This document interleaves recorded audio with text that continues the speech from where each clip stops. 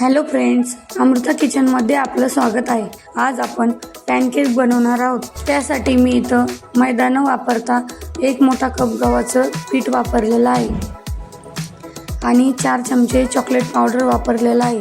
हे सगळं आपण चाळून घेणार आहोत।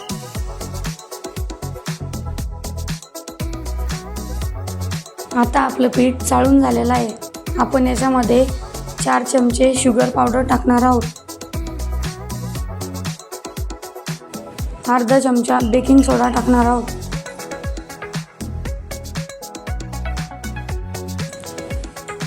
आता दूध घालून गुठळ्या न राहता छान मिश्रण तयार करू।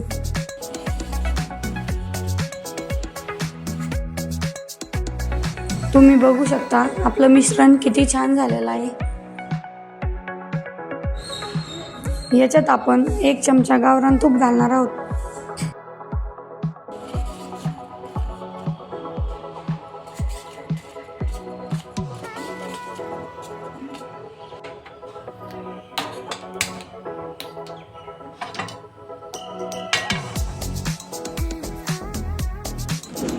आपलं मिश्रण रेडी आहे। चला तर आपण पॅनकेक बनवून घेऊ।